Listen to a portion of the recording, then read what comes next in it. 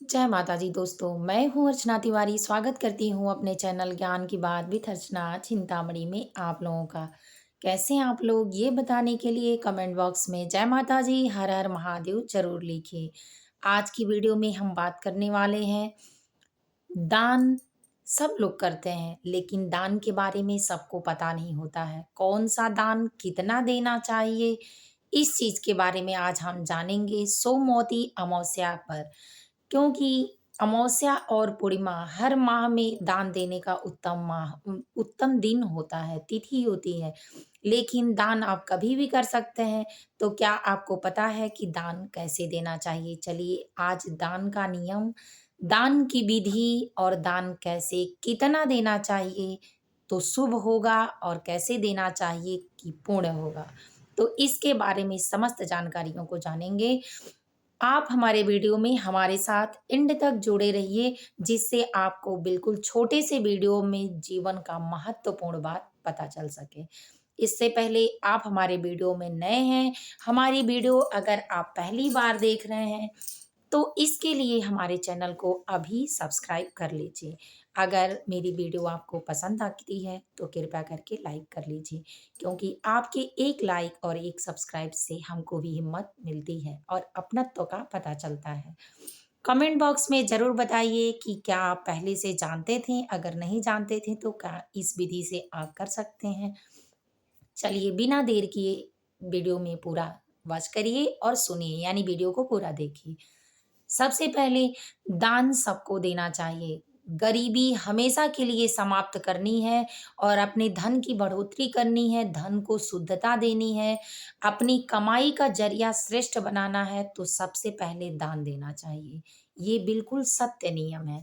जो व्यक्ति ज़्यादा दान देता है, जितना दान देता है, उतना उसके पास आर्थिक तंगी से छुटकारा मिलता है, उसके कोष भरते हैं, उसके जीवन में लक्ष्मी का वास बढ़ता है।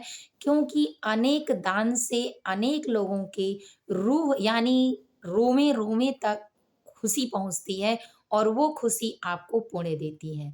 जब आपका पुण्य बढ़ता है तो आपके पास धन बढ़ता है, प्रॉपर्टी बढ़ती है, आपका सुख बढ़ता है, आपकी सुविधाएँ बढ़ती हैं। इसी सुख सुविधाओं को पाने के लिए भी दान देना चाहिए।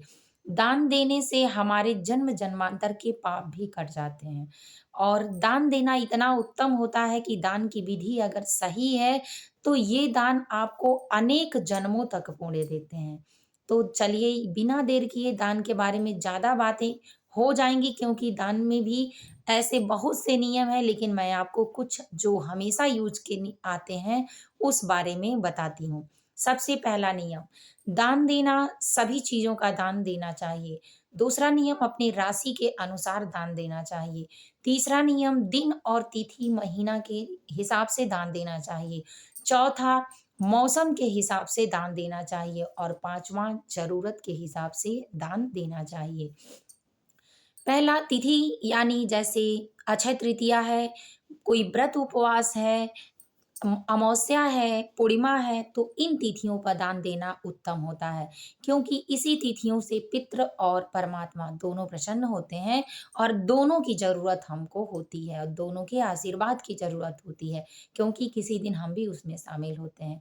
तो इसलिए उनका आशीर्वाद और हमारा कर्म बना रहे, तो दान उसी तिथि पर करना चाहिए। दूसरा, आपको महीने में दान ज़रूर करना चाहिए और हफ्ते में दान ज़रूर करना चाहिए, वो भी दिन के हिसाब से।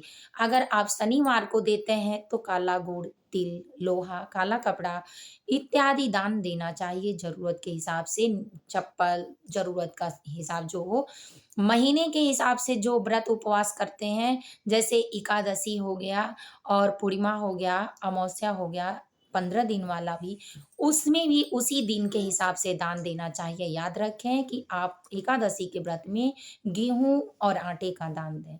मतलब आपको समझ में आ रहा होगा कि मैं किन बातों को कह रही हूँ, तो उसी हिसाब से दान देना चाहिए। तीसरा नियम है कि दान ज़रूरत वालों को देना चाहिए, यानी कहते हैं भूखे शास्त्र के अनुसार कि भूखे भिखारी को दे दें लेकिन भरे हुए ब्राह्मण को नहीं।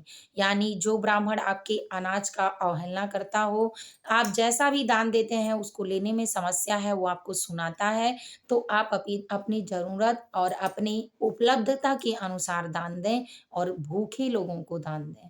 ये दान उत्तम होता है, ज़रूरत जिनको हो उनको दान दें। तो ये दान उत्तम होता है, फलदायी होता है। जैसे किसी को दान में आप गाय दे दिए और उस गाय को वो भूखे रख रहा है ब्राह्मण, मारता-पीटता है, वो गाय बीमार है, उसकी दवा नहीं होती है, तो उसके पाप का भागीदारी आप भी बनेंगे। तो इसलिए दान में सोच समझ कर दान दें कि जिसको आप दें वो इसका यूज़ करें, मिसयूज़ ना करें। अब जानते हैं कि सारी चीज़ों में, सारे दान में विद्यादान, कन्यादान और अन्नदान महादान होता है। इसीलिए अन्नदान में चावल ज़्यादा अच्छा होता है। विद्यादान में किसी को विद्या दीजिए तो वो जीवन पाता है, उसका जीवन सही से चलता है। लेकिन अगर वो जीवन अध्यापक का जीवन हो गया, तो फिर वो अनेक जीवनों को खड़ा कर देता है। वो भी दान पुण्यकारी दान हो जाता है। इसके बाद अगर आपने कन्यादान दिया तो उसको पाल कर, पोस कर, उसकी ज़रूरतों को पूरा कर कर और आपने उसको पैदा किया है, तो महादान इसीलिए कन्यादान होता है। यहाँ तक कि कन्यादान करने में जो ज़मीन जगह होती है वो भी पवित्र होती है। अगर नए घर से आप दान देते हैं तो उस घर का भाग्य जाग जाता है। तो इसीलिए कन्यादान का विवाह जो होता है पहले घर से ही हुआ करता था, तो अनेक दोषों से लोग बचे रहा करते थे। तो ये दान महान दान होता है। जो रोज़ के हिसाब से अन्नदान, जैसे चावल का दान है तो आप कितना देंगे? तो चावल दान अगर कोई देता है तो उसको कलश में भर के किसी थाली प्लेट में ही करके देना चाहिए। लेकिन इस दान की गिनती 5 मुट्ठी या 11 मुट्ठी होनी चाहिए। जब भी हो तो विषम संख्या में इसकी मुट्ठी होनी चाहिए। जैसे आप किसी के ज़रूरत की चीज़ दे रहे हैं, स्लीपर वग़ैरह, तो 1 है तो 1 ही देंगे, लेकिन खाने-पीने की चीज़ें अगर देते हैं तो मतलब विषम गिनती में होना चाहिए चावल के हिसाब से। तो ये दान उत्तम दान होता है। राशि के अनुसार दान मतलब आपकी राशि में, जैसे मेष राशि में सफ़ेद चीज़ों का दान देना वर्जित होता है। तो इसी तरह से आप जब भी दान करें तो अपने राशि के हिसाब से दान करेंगे, तो वो आपके 9 ग्रहों में, आपकी कुंडली में ज़्यादा फ़ायदा करेगा। तो उम्मीद है कि ये वीडियो आपको पसंद आया होगा। पसंद आया हो तो लाइक कर लें, चैनल को सब्सक्राइब कर लें। फिर मिलेंगे एक नए वीडियो में नए ज्ञान के साथ। तब तक वीडियो यहीं एंड करती हूँ। अनेक ज्ञान को पाने के लिए हमारे चैनल पर बने रहें और अपना प्यार दुलार देते रहें। जय माता जी, हर हर महादेव।